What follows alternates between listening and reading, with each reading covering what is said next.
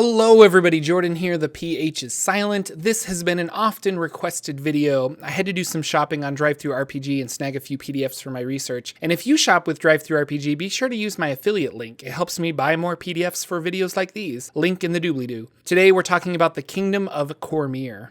Cormyr is a mainly human kingdom that lies south of the Anauroch Desert and west of Sembia. It is also known as the Forest Country and the Land of the Purple Dragon. Cormyr was founded in 26 DR after an agreement with the elves in the region for the humans to create a kingdom. Ferelthan Obarskyer is crowned the first king of Cormyr. In fact, it was the House of Obarskyer that unified this territory, which is why Ferelthan was crowned king. They lived in a small fortified city known as Suzail, which became the seat of power for the Kingdom of Cormyr. It has been ruled by this family for over 14 centuries. After its creation, Cormyr grew, seizing the land nearby. The area now known as the King's Forest was once much larger and full of monsters and bandit hideouts. The people of Cormyr cleared out most of the monsters and were able to utilize the timber and created settlements near the forest. They carved civilized land out of the wilderness through grit, bravery, and determination. Clearing out the forest allowed farming to become the underlying strength of the kingdom.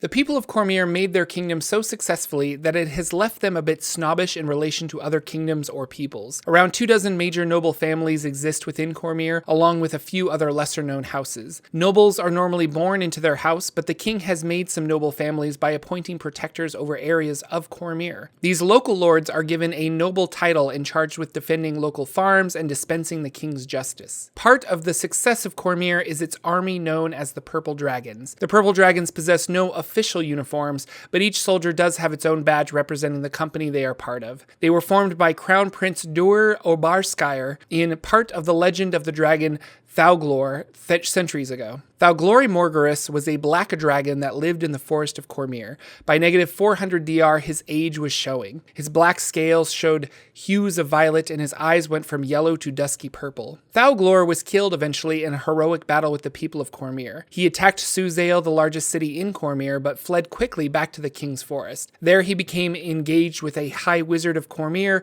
Prince Azone II, and a large supporting army. Using arrows to pierce his wings, they grounded the dragon and attacked him with fire and swords. Ultimately, Prince Azone drove his family's sword into the brain of the dragon, killing him. The Purple Dragon Knights were named afterwards in memory of this courageous event. There are more than 12,000 Purple Dragon Knights in the major cities and fortifications throughout Cormyr. On top of that are Cormyr's elite war wizards who wear purple and black robes and are considered the most deadly unit in the Cormyrian armies. Cormyr has raised this army because of the threats to the north, the Stonelands and the Goblin Marshes. The Stonelands is a rocky, craggy valley that makes an ideal location for bandits and monsters. Because of this, a large chunk of the Purple Dragons make routine patrols in the area to clear out monsters. It's rumored that the Zhentarim might be trying to organize the criminal elements of the Stonelands and create an effort that could remove the Purple Dragons. Magic users are very respected in Cormyr society. They are viewed as craftsmen, really, sculpting magical energies almost as if it's an art form, which many view it like that. Because of their important role in the defense of Cormyr, mages command great respect and admiration among the population. There is a council of mages in place that advise the king. The fear within the community is that if the council of mages watches all and actively influence the king, who is there to keep them in check? Some believe their power is too great, and with great power brings greater threats to Cormyr. The most powerful class outside of the nobility would be the merchants. They have considerable growing influence over the kingdom. The king has been focusing on eradicating Thieves' Guild and smugglers to keep trade fair, safe, and open. Suzail, I mentioned, is the capital of the realm and often called the crown city of Cormyr.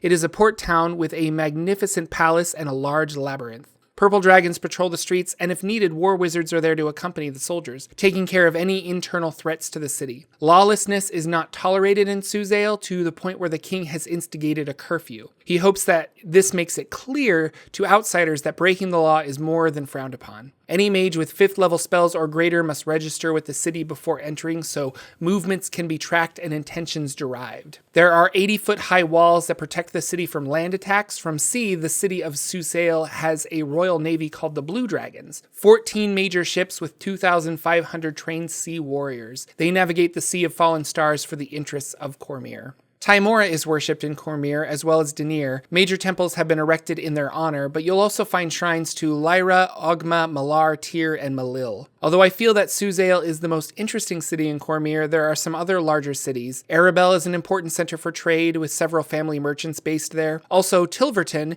which has a maze of sewers large enough to walk through. Beneath this town are the ruins of an ancient elven and human settlement, which are home to many rogues and monsters. Also, powerful undead make their stay here. Plenty to explore for a new adventuring company founded in such a place. I hope you enjoyed this video on Cormyr. If you've made it this far, consider giving the video a thumbs up and sharing it with your gaming group. I'd like to thank all my wonderful patrons on Patreon that keep these videos going. If you'd like to become a patron, click the link in the description. In the Sword Coast Adventures Guide, there are rules to play a Purple Dragon Knight, and it sounds super fun. Have the current King or Queen of Cormyr put together a team to invade the Stonelands and snuff out a powerful enemy that has become a large threat to the Kingdom of Cormyr. You've got the Purple Dragon Knight, a priest of Tymora, a war wizard, and perhaps the local ranger who brought the attention of the threat to the king in the first place. Thanks again for watching, everyone. New videos every Wednesday, and I will see you all next week.